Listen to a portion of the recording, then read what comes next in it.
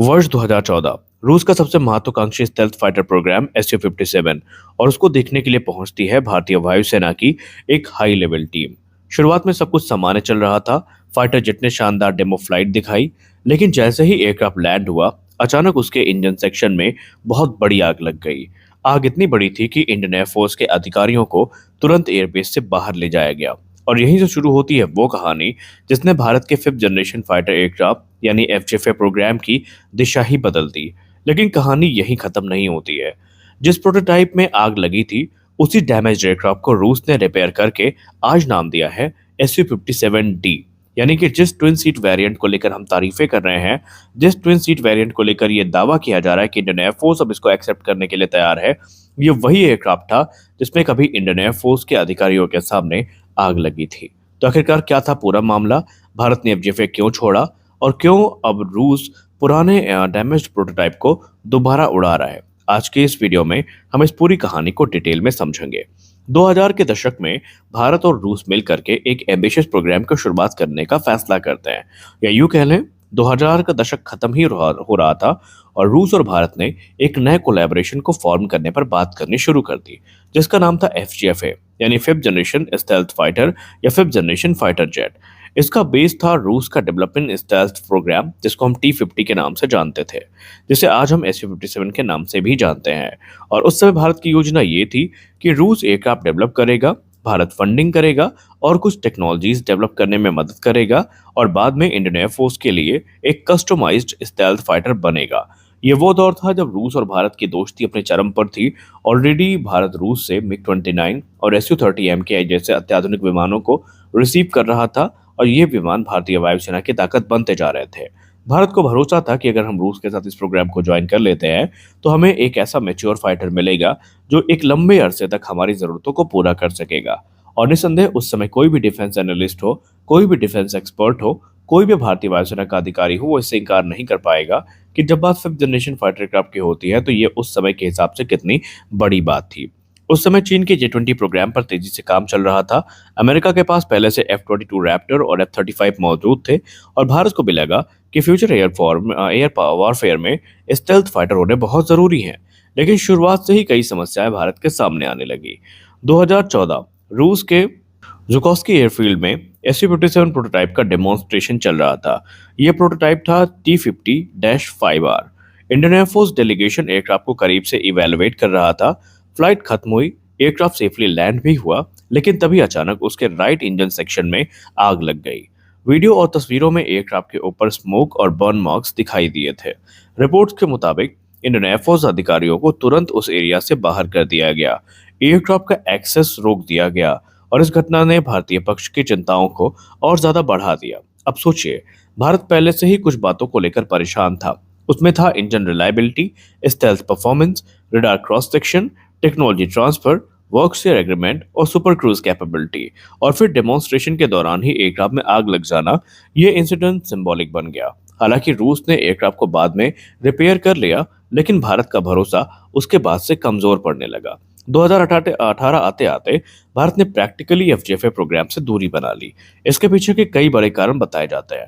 आज तक Indian air force ने खुलकर इसके बारे में कभी बात नहीं करी, लेकिन जो 3 प्रमुख कारण बताए जा रहे हैं, उसमें पहला कारण यह था, स्टेल्थ कैपेबिलिटी पर सवाल उठे थे। इंडियन एयरफोर्स को लगा कि SU-57 की स्टेल्थ कैपेबिलिटी अमेरिका के F-22 रैप्टर या F-35 लाइटनिंग II जितनी एडवांस नहीं है। एयरक्राफ्ट में कुछ external design features radar visibility बढ़ाते थे। दूसरा था इंजन इश्यूज। उस समय SU-57 में भी पुराने AL-41 इंजन का यूज किया जा रहा था। रूस का नेक्स्ट जनरेशन इंजन SDLE-30 तैयार नहीं था। इंडियन एयरफोर्स चाहती थी कि एयरक्राफ्ट फुली मैच्योर इंजन के साथ आए। और तीसरा था टेक्नोलॉजी ट्रांसफर। भारत चाहता था कि सोर्स कोड एक्सेस मिले, डीपर टेक्नोलॉजी एक्सेस हो और डिजाइन पार्टिसिपेशन भारत के साथ हो।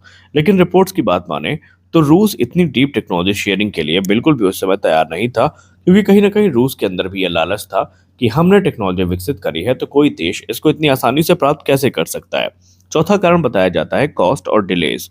प्रोग्राम लगातार डिले को फेस कर रहा था, डेवलपमेंट कॉस्ट भी बढ़ रही थी, और भारत को लगा कि इतनी बड़ी इन्वेस्टमेंट रिस्की हो सकती है, तो भारत ने FJFA से दूरी बनाना ही सही समझा। भारत ने FJFA से दूरी बनाने के बाद अपना इंडिजिनस अप्रोच शुरू किया और उस पर ध्यान देना ज़्यादा जरूरी समझा और यहीं से एडवांस मीडियम कॉम्बैट एयरक्राफ्ट यानी एमका का जन्म होता है और उसे मोमेंटम भी मिलता है। भारत ने सोचा कि अगर स्टेल्थ फाइटर बनाना ही है तो क्यों ना अपना खुद का प्लेटफॉर्म डेवलप किया जाए। आज एमका प्रोग्राम अपने स्टेल्थ डिजाइन, इंटरनल वेपन बे और एडवांस सेंसर्स के साथ साथ जो इंडिजिनस इंटीग्रेशन है उसके लिए काफी उम्मीदें लेकर आ रहा है और ये कैपेबिलिटी पर भारत काम भी कर रहा है। हालांकि इसमें समय लगेगा, लेकिन भारत फ्यूचर में ज्यादा स्ट्रेटेजिक इंडिपेंडेंस हासिल कर सकता है। तो अब कहानी का सबसे इंटरेस्टिंग हिस्सा समझते हैं कि कैसे वो जला हुआ SU-57 आज भारत के सामने SU-57D बनकर सामने आया है। जिस T-50-5R एयरक्राफ्ट में 2014 में आग लगी थी, रूस ने उसे स्क्रैप नहीं किया बल्कि उसे रीबिल्ड किया और एयरक्राफ्ट को रिपेयर करके वापस उड़ाया गया। और आज उसी एयरफ्रेम को मॉडिफाई करके रूस ने जो नया SU-57D ट्विन सीटर प्रोटोटाइप है ये बना दिया है।